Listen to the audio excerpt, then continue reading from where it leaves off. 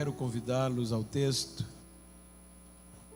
para conciliar ao tema escolhido pelas irmãs, mas eu quero ler na segundo livro das Crônicas, capítulo 33, a partir do versículo 10.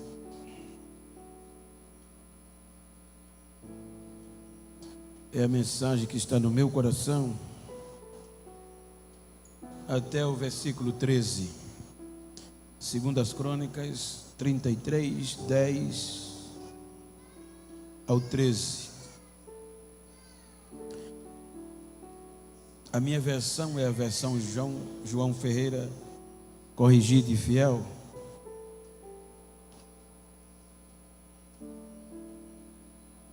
Eu não sei se pode projetar para a gente ler em uma versão só. Se não, não tem problemas.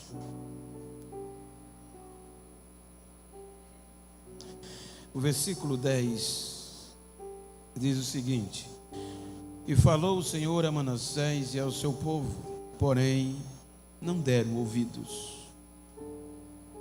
Assim o Senhor trouxe sobre eles os capitães do exército do rei da Assíria, os quais prenderam a Manassés com ganchos e, amarrando-o com cadeias, o levaram para a Babilônia. E ele, angustiado, orou deveras ao Senhor, seu Deus, e humilhou-se muito perante o Deus de seus pais. E fez-lhe oração, e Deus se aplacou para com ele, e ouviu a sua súplica, e tornou a trazê-lo a Jerusalém, ao seu reino. Então Manassés conheceu que o Senhor é Deus. Amém? Queiram estar sentados por bondade, aqueles que podem. Enquanto eu agradeço a Deus pelo privilégio de um convite tão honroso, estar participando com os irmãos pelo aniversário dos Atalaias. Que Deus recompense. Quero agradecer ao pastor Célio, com a sua muito digna esposa, irmã Sueli, ao pastor José Divino, com a sua esposa, irmã Irani. Que Deus abençoe, como primeiro vice-presidente, ao pastor José Arantes, com a sua família, sua esposa. E em nome deles, externo a minha gratidão a todo o ministério. Que Deus abençoe a cada um dos obreiros, a igreja. Que Deus recompense a vós. Quero fazer menção de gratidão a Deus pela vida do presbítero Márcio, junto com a irmã Gisele, que me contactaram, me convidaram, e com eles todas as irmãs que fazem parte da coordenação, as componentes deste belo conjunto do Círculo de Oração. Deus recompense a cada uma por me dar o privilégio de fazer parte da vossa história. Deus os abençoe. Eu quero tomar por base esse texto para falar-lhes acerca do agir de Deus apesar dos fracassos. Digam comigo: o agir de Deus apesar dos fracassos. Quero pedir a vossa paciência para nós discorrermos acerca do contexto bíblico, histórico e cultural, para mostrar o privilégio que nós temos de sermos alcançados por este amor. Para entendermos, nós vamos ler o segundo livro de Samuel, capítulo 7. Quando Deus escolheu Davi, Deus o fez uma promessa de continuar com a sua descendência. Segundo Samuel, vamos ler no texto, capítulo 7, versículo 12 por diante. Por favor, a mídia, se assim puder me ajudar. Disse Deus a Davi: quando os teus dias forem completos e vieres a dormir com os teus pais, então farei levantar depois de ti a tua semente, que procederá de ti, e estabelecerei o teu reino. Este edificará uma casa ao meu nome, e confirmarei o trono do seu reino para sempre. E lhe serei por pai, e ele me será por filho. E se vier a transgredir, castigá-lo-ei com vara de homens e com açoite de filhos do homem. Mas a minha benignidade não se apartará dele, como a tirei de Saul, a quem tirei de diante de ti. Porém, a tua casa e o teu reino serão firmados para sempre diante de ti. Teu trono será firme para sempre. Observe que Deus tem um compromisso diante da promessa que Ele faz a Davi de ser com a sua descendência. Então, a partir daqui, os irmãos vão discorrer no contexto bíblico que a história da dinastia de Davi vai predominar no reino de Israel.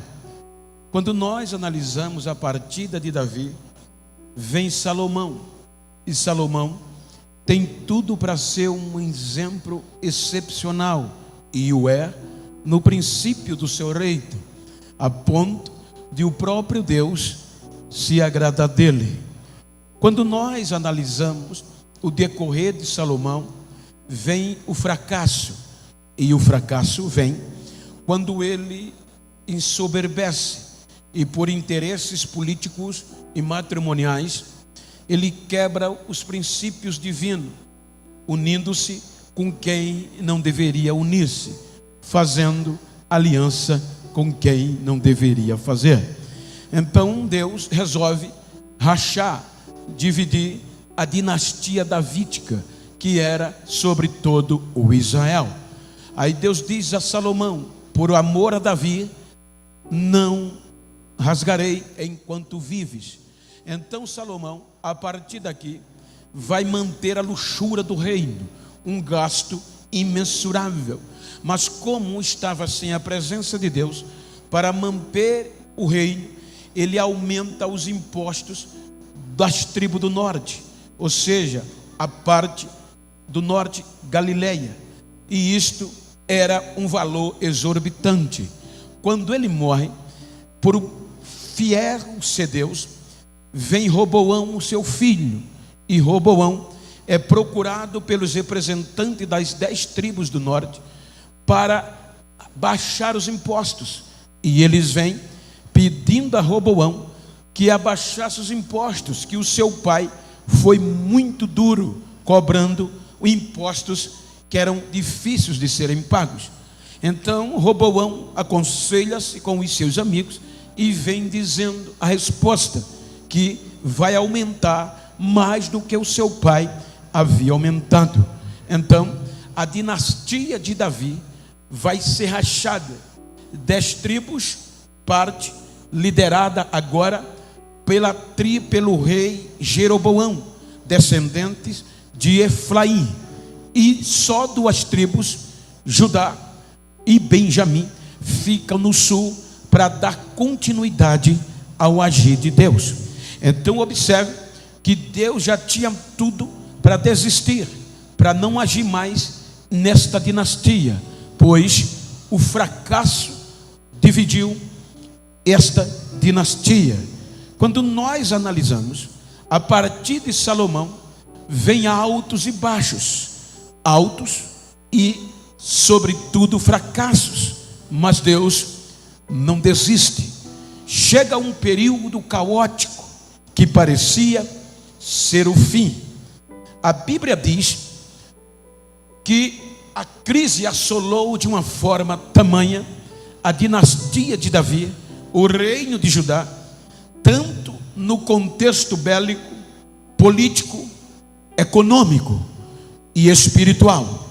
Então as nações circunvizinhas, Jordânia, Cisjordânia, Egito e outras, ameaçavam destruir a dinastia davídica, prometendo torná-la a pó, jogá-las por terra, porque não havia defesa e não haviam mais soldados à altura para defender nem atacar. Então é neste período que parecia ser o fim. Deus vai agir em meio aos fracassos e levanta um rei da dinastia davídica chamado Uzias. A Bíblia diz que quando Uzias reina, ele faz o que é bom aos olhos de Deus. Ele busca ao Senhor e Deus vai agir. Então observe que nesta ação de Deus, o rei Uzias vai chamar a atenção na história bíblica. Por quê? Ele vai entrar com a ajuda de Deus, o cérebro dele abre e Deus vai lhe dar capacidade engenhosa de ele resolver os problemas. Primeiro ato, ele vai sustentar a defesa, o poder bélico, o exército, e em pouco tempo ele faz um investimento tamanho que a Bíblia diz mais de 300 mil soldados estavam prontos, preparados para não só atacar, como defender a Judá, o reino do sul. Então, quando as nações perceberam que agora havia sustentação bélica, arredaram o pé, as ameaças sumiram. Então o rei Uzias, com a ajuda de Deus, resolve o problema bélico. Agora Judá já não é mais ameaçado. Depois que o exército está pronto, aí Deus lhe dá capacidade para ele, engenhosamente, ele criar armas. É ele, biblicamente, que cria as armas de ataque, catapultas, como também escudos poderosos de defesa. Então isso amedrontava mais os inimigos e os afugentava. Então ele consegue segurança e paz para ajudar. Resolveu o problema bélico com a ajuda de Deus. Então falta o problema econômico. O problema econômico, ele vai agir. A Bíblia diz que ele é amante da agricultura. Então ele vai investir no agronegócio. E dá tão certo que a Bíblia diz que a economia alavanca no reino de Judá, a ponto que os súditos diziam que desde Salomão nunca houve um rei tão sábio, tão próspero como o rei Uzias. A Bíblia diz que o seu poder foi tão grande que ultrapassou as fronteiras. A sua fama chegou nas nações vizinhas e todos os respeitavam. Agora o rei Uzias está no ápice da fama, no ápice do poder, pelo agir de Deus. Deus era com ele. Porém, a Bíblia diz que o seu coração se exaltou por causa da fome. Ele se sentiu importante e vai tentar resolver o problema espiritual, de forma que não lhe era pertinente. A Bíblia diz que ele vai fazer o que não lhe devia, que pertencia aos sacerdotes. Ou seja, ele vai pegar o incenso e vai querer entrar na igreja, no templo, para queimar incenso, para resolver o problema espiritual. E para queimar incenso não era rei, era sacerdote, porque sacerdote não tem fama, sacerdote não tem aplauso, sacerdote tem joelho e cara no chão, e é ele que faz ligação da igreja com Deus, de Deus. Ali ele quis se apressar, queimar incenso. Só para os irmãos ter uma pálida ideia, que para ter culto, Êxodo capítulo 30, a partir do versículo 34, quando Deus estabeleceu o santuário, então Deus diz a Moisés: Moisés, prepara para mim um perfume específico para mim, para que eu possa descer quando vocês me cultuarem. Você vai providenciar 4 substâncias: o estoraque, o gálbano, a ônix e o incenso puro. De uma medida só, você vai prepará-los, queimar e parte dele colocar em pó diante de mim. O que é isso? Eram 4 substâncias que só os sacerdotes poderiam buscar. Por exemplo, o estoraque, ele é do Mediterrâneo, ele é do leste de Israel. Então, para ter culto, precisava ter obreiros indo dia a dia ao leste para colher as gotas do estoraque. E o estoraque só pingava as gotas na madrugada. Então, o obreiro, o sacerdote, ele passava o dia viajando, chegava de noite e não podia dormir, porque era na madrugada que as gotas do estoraque caíam. E quando ela caía, exalava um cheiro maravilhoso. Era ali que ele escolhia e trazia para o tabernáculo, para poder ter culto. Enquanto estes passavam a madrugada acordado, esperando a gotejar, tinha outros que partia para o sul buscar o gálbano, colhia dos galhos e tinha que espremer, porque o gálbano exalava o líquido e o cheiro quando era triturado. Ou seja, depois tinha outros grupos que ia ao fundo do lago, ao fundo dos rios, ao fundo do mar, colher a ônix, que a ônix ela vem de um molusco que está no fundo do mar, no fundo do lago. Imagine, isto era diurnamente. Tinha obreiro de madrugada sem dormir, tinha obreiro com as mãos trabalhando pesado, tinha obreiro com a cara descendo no fundo, descendo para baixo para pegar a ônica. Traziam e colocavam nas mãos de Arão, e Arão ia preparar com os seus filhos. E aí, que era que acontecia? Preparava o incenso. Por quê? Este perfume era tão especial que os irmãos, lendo Êxodo 30, 34 por diante, Deus disse que qualquer homem que usasse morreria. Por quê? Porque para ter culto tinha que ter sacrifício. Para ter sacrifício tinha que ter sangue de animais. E quando os irmãos sabem que quando o sangue de um animal, quem é da minha geração passada, a gente quando ia comprar carne, entrava no açougue com a mão assim no nariz, por conta do mau cheiro do sangue. Muita gente passava mal, mosca, cerejeira, ou seja, aqueles insetos voadores cobria sobre a carne, atraída pelo cheiro ou mau cheiro do sangue. Então, como para ter culto tinha que ter sangue derramado, tinha que ter carne cortada, era um mau cheiro, havia imundícia. Então, quando o incenso não podia faltar, porque quando o incenso era queimado, o cheiro do incenso impactava o local. Na década de 40, eu já tive o privilégio de entrar lá por 2 vezes e ir lá. Um grupo de arqueólogos, segundo a revista Della Cole, que é uma revista arqueológica de versão espanhola, registra que um grupo de arqueólogos no complexo de Qumran, as montanhas de Qumran, então eles encontraram uma caixa com uma resina avermelhada e associaram ao incenso que era colhido lá no passado. E eles foram testar. Quando queimaram o incenso em um lugar específico, quando o fogo acendeu, o exalado incenso a 3 quilômetros de onde estava, aonde tinha mosca, aonde tinha inseto, morriam pelo cheiro do incenso. Então, para ter culto tinha que ter incenso, tinha que ter cheiro, expulsava a impureza e Deus sentia o cheiro e Deus descia.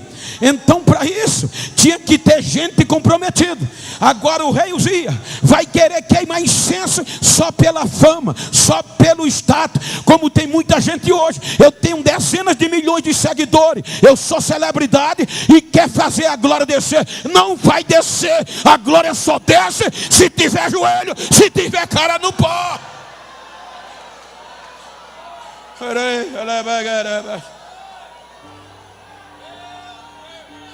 Ele vai entrar e o sacerdote diz: ei, não faça isso. Ele não respeita. Quando ele entra, aí Deus vem e fere ele com lepra.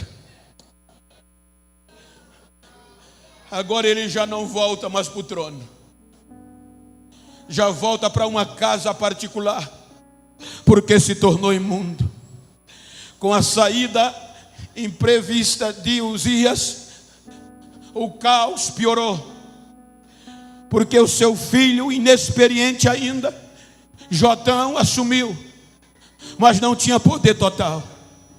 Então a crise volta pior, e sobretudo dentro de Jerusalém.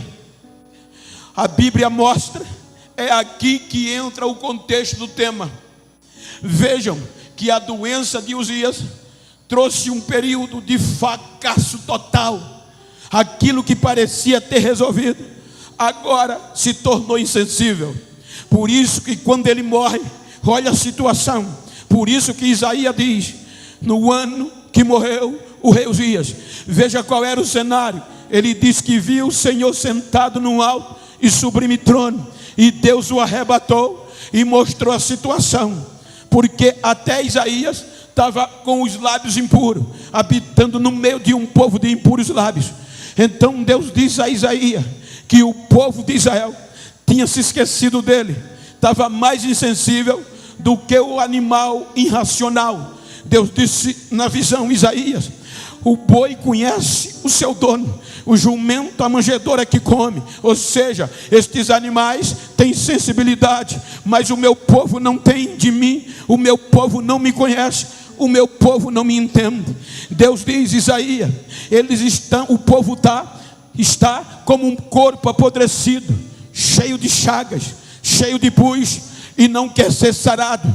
Veja a situação que estava. Aí Deus usa Isaías para proclamar a liberdade e o retorno. Aí vai falando Isaías, e Jotão também vai trabalhando.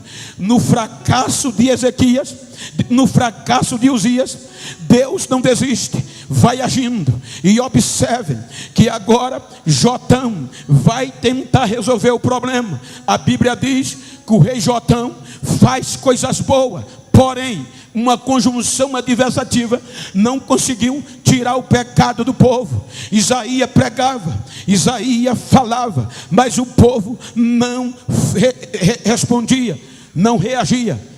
Vejam que o próprio Isaías, é ele que cita o tema, falando de uma restauração, dizendo que apesar do fracasso de Israel, Deus não ia desistir. Apesar do fracasso de Judá, Deus não iria desistir, mas ia trazer renovação, e por amor a Davi, não ia desistir da dinastia. Então Jotão não resolve o problema, e Isaías ajuda. A crise assola, a crise vem, ele não resolve tudo. Aí morre Jotão, na dinastia vem Acais. Acais assume o poder. O fracasso predominava, mas Acais vem agradando a Deus e ao povo com uma proposta política e espiritual, dizendo que vai reatar a economia, a diplomacia e o problema espiritual. Ele é crânio, inteligente. Quando ele assume o poder, Deus chama Isaías e diz: Isaías, as ameaças para Judá é grande, e Acais está temeroso. Vai a ele e diz a ele que eu serei com ele. Isaías sobe ao rei, perto de um lugar chamado Arqueduto. Ele está lá, chega e encontra Acais e diz: Acais, escuta o que diz o Senhor Deus dos teus pais.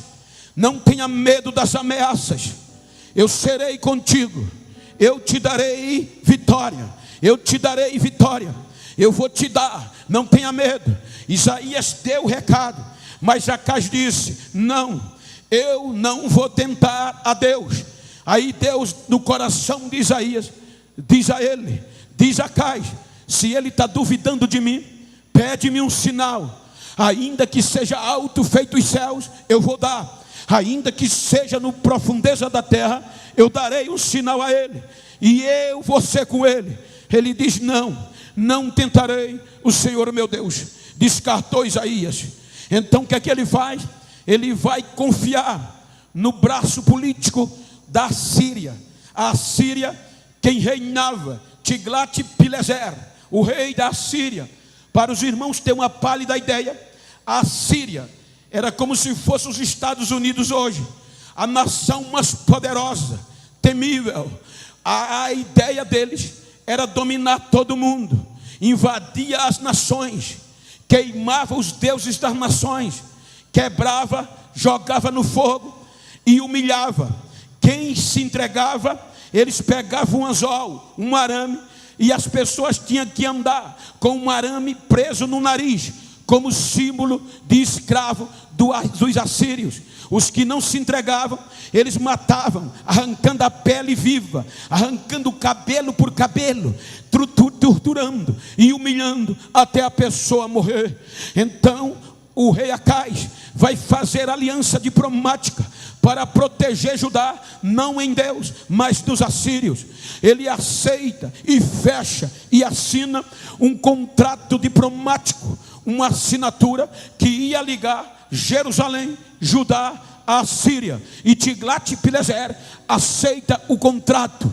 Olha o que eu estou falando de fracassos. Então, quando eles assinam, agora resolve o problema econômico. Por quê? Porque as fronteiras se abrem. Agora os assírios têm acesso a Judá e os judeus acesso à Síria. O intercâmbio é prático, não há mais crise, porque agora a maior nação do mundo tem comércio aberto, tem fronteira aberta diplomaticamente com Jerusalém. Qual era a proposta? Jerusalém vai pagar imposto anual. Jerusalém é vassalo dos assírios. Em outras palavras, o rei Acais vendeu Jerusalém agora à Síria, já que resolveu o problema econômico. Então Deus se cala e fica observando. O rei Acais pega os sacerdotes, queimadores de incenso, provocadores de avivamento, e leva para a Síria como ordem real. Para quê? Para não adorar mais a Deus, não queimar mais incenso a Deus, mas sim adorar os deuses da Síria, para resolver o problema espiritual. Quando estes sacerdotes voltam, já não tem mais culto com Deus. Aí é aqui que o rei Acais fecha a porta da igreja, lacra a igreja, derruba tudo que é de Deus e estabelece uma estátua aos deuses da Síria no pátio aonde havia os sacrifícios. Sobe nos montes de Judá e levanta altares aos deuses da Síria. Agora não tem mais louvor a Deus, agora não tem mais culto a Deus. A dinastia davídica fracassou, não tem mais relacionamento. E agora os deuses da Síria vão ser adorados. Não tem mais queima de incenso a Deus dos céus, aos próprios filhos. Olha que fracasso. Os assírios pegavam os próprios filhos e queimavam, jogavam no fogo em sacrifício aos deuses da Síria. O próprio rei pegava os seus filhos e jogavam no fogo para agradar os deuses da Síria. Isso crente da dinastia davídica. Então Deus não era adorado. O fracasso tomou conta totalmente. O fracasso prevaleceu. E os filhos de Acais, entre ele tem um chamado Ezequias. Olha o cenário. Obviamente, quando nós temos os filhos, eles podem até se desviar, mas quando eles crescem na igreja, a tendência é ele aprender tudo. Por quê? Vem para debaixo do banco, participar dos ensaios, ouve os louvores já no ventre. Ele tem tudo para dar certo, mas Ezequias tem tudo para dar errado. Porque quando Ezequias nasce, já nasce sem culto. Quando ele cresce sem adorar a Deus.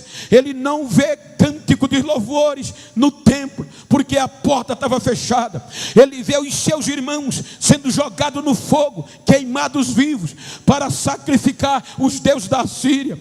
Tinha tudo para dar errado. Cresce vendo o pai desviado, fazendo atrocidade. Aí a Bíblia diz que quando Acais morre, deixa esta situação. Aí chegamos no capítulo 29 de 2 Crônicas. Diz a Bíblia que agora Ezequias assume o poder com 25 anos. Tudo para dar errado, tudo para seguir o pai. Quando ele assume o poder, está escrito, no primeiro ano, no primeiro mês, ele provoca uma reunião que ninguém acreditava. E quem ele convida para a reunião? Os queimadores de incenso, os sacerdotes. Ele faz a reunião, olhando para eles, dizem: amigos, usando o contexto atual, sacerdotes, os nossos pais pecaram. Os nossos pais esqueceram de Deus, fecharam o templo do Senhor, desistiram de Deus. Mas eu tenho no meu coração uma proposta. Eu quero fazer aliança com o Deus do meu pai Davi. Eu quero trazer a glória de Deus de volta para ajudar. Quero saber que ainda tem alguém que tem incenso para queimar e voltar a adorar. Eu acho lindo. A Bíblia diz que um grupo levantou. Aí eu faço a diferença. Irmão, era proibido pelo pai de Ezequias. Como aqueles homens ainda tinham incenso para queimar, ainda tinha coragem de voltar e buscar incenso para o fogo descer de novo. Ou seja, isso nos dá uma lição, pois nós estamos vivendo dias que estão fazendo de tudo para tirar este avivamento de nós. Eu digo, porque me ligam dizendo: doutores, Bento, não prega mais Bíblia, não prega mais Pentecoste. A nova geração modernizou, agora é coach, agora é palavra motivacional, nem com lenço anda mais. Então pregar Bíblia, pregar Pentecoste é perda de tempo, vai perder a agenda. Tem igreja que eu prego que já não pode mais falar em mistério, igreja que se diz pentecostal, porque os crentes estão frios e estão depressivos pelo impacto da pandemia. Mas, ou seja, isto nos mostra que apesar da crise, Deus sempre tem remanescente, sempre tem uma geração que ainda mantém o fogo aceso. É por isso que eu digo a eles: continuem pregando o que vocês querem, mas eu vou continuar pregando fogo, pregando o Pentecoste, que ainda tem uma geração pentecostal. Deixa eu ouvir o barulho da geração que ainda tem lenha para queimar, ainda tem incenso para queimar. Deixa eu ouvir.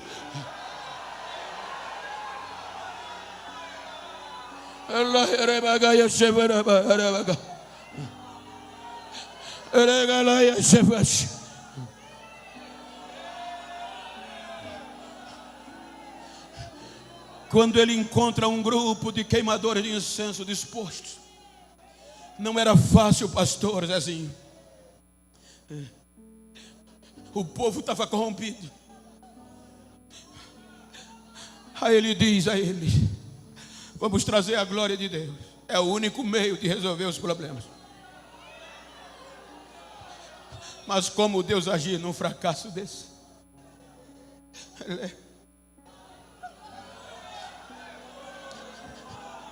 Ele diz a primeira coisa: eu quero saber se vocês têm coragem de entrar no templo e tirar a imundícia que o papai deixou. O sacerdote disse: deixa com a gente, rei. Passaram uma semana. Ele abriu a porta da igreja, reformou o templo e disse: agora vamos para o desafio. A mulher desviada não vai gostar, a família vai ficar com raiva, mas eu quero saber se vocês têm coragem de ir comigo subir os montes, e aonde tiver um altar aos deuses da Síria, vamos quebrar, vamos jogar no fogo e vamos levantar um altar ao Deus dos nossos pais. Temos subir os montes, aonde tinha altar aos deuses da Síria, joga, quebra, joga no fogo, e agora vai ser lugar de culto, de oração. Vai ter circo de oração no templo e em cima nos montes.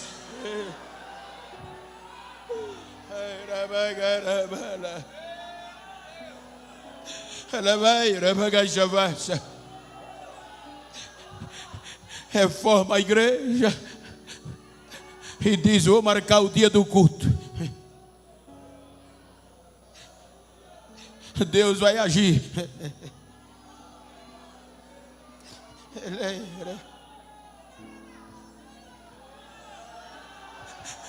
Não tem crise, não tem tempo frio. Deus só precisa de um crente doido, no bom sentido, que tenha coragem de provocar avivamento. Não vamos deixar tirar isso de nós.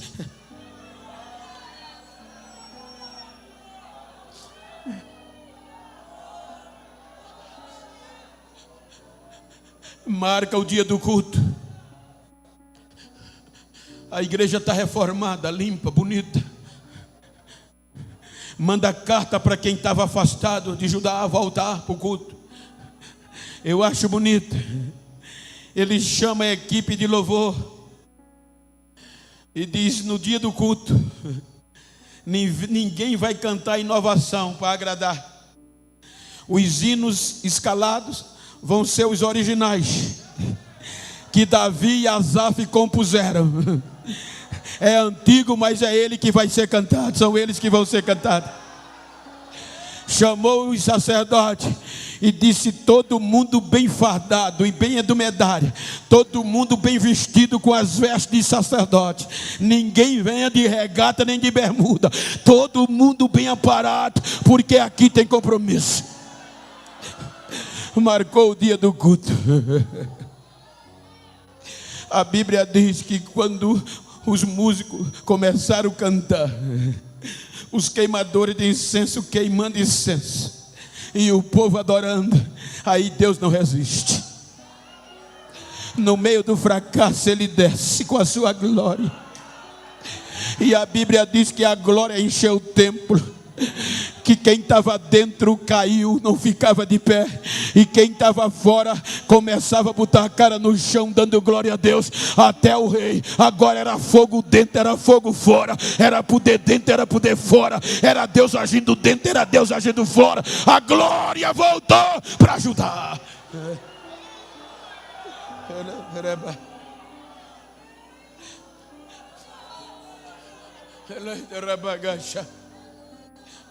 Aí agora, com a glória de Deus,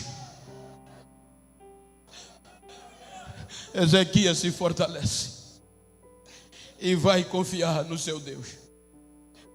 A Bíblia diz que ele pega os secretários, chama-os, escreve uma carta para a Síria. Diplomaticamente já era Senaqueribe. Quando os mensageiros de Ezequias entregaram a carta a Senaqueribe, que Senaqueribe leu, fica doido, no bom sentido, porque a carta dizia: Senaqueribe, parafraseando, aqui é Ezequias, rei de Judá. Nós não vamos mais ser seus servos, não vamos mais pagar impostos.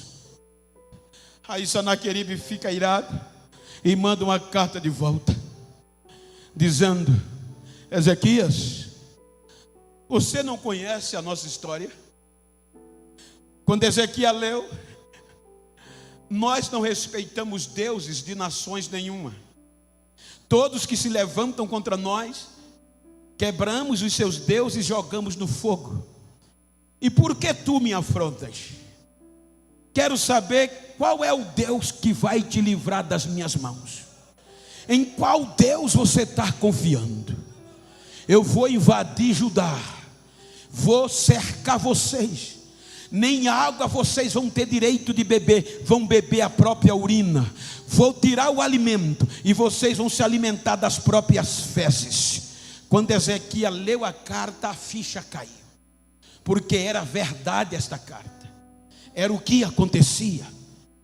A Bíblia diz que a angústia foi tão grande que é comparada à dor de uma mulher dando à luz. Ele, a sua estrutura física estremeceu. Ele disse: agora acabou. Mas ele busca o recurso. A igreja está aberta.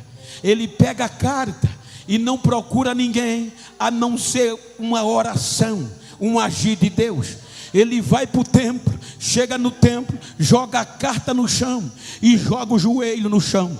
E a Bíblia diz que ele faz a oração dizendo: Senhor, Deus que criou os céus, o mar, o universo, a terra, tudo quanto neles há, são obra das tuas mãos. Senhor, ouve a minha oração e lê esta carta para mim. Tudo que está aqui é verdade. Os assírios queimam os deuses, jogam no fogo, porque não são Deus, mas tu és o único e verdadeiro Deus dos céus, que controla todas as coisas. Senhor, olha esta carta e me dá uma resposta, como eu devo agir. levanta, chama os mensageiros e diz: vá aonde está Isaías e veja o que Deus vai dizer. Quando os mensageiros chegam em Isaías, Deus já estava lá. Aí Isaías diz: voltem e diga a Ezequias que assim diz o Senhor: não tenha medo de Senaqueribe nem dos seus exércitos, porque eu vou agir. E agora ele vem, mas sou eu que agora vou colocar um anzol na venta dele, vou colocar um freio de cavalo na boca dele, vou fazer ele voltar pelo caminho que vem, para saber que ainda tem Deus que age. E agindo Deus, quem vai impedir? Quem vai impedir?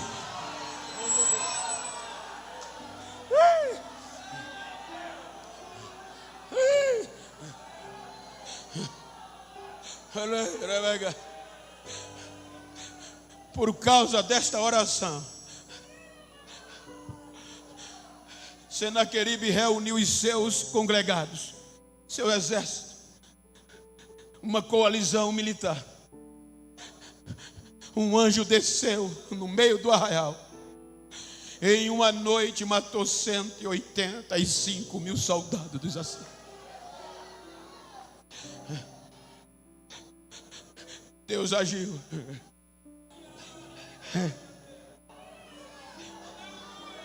Independente do fracasso,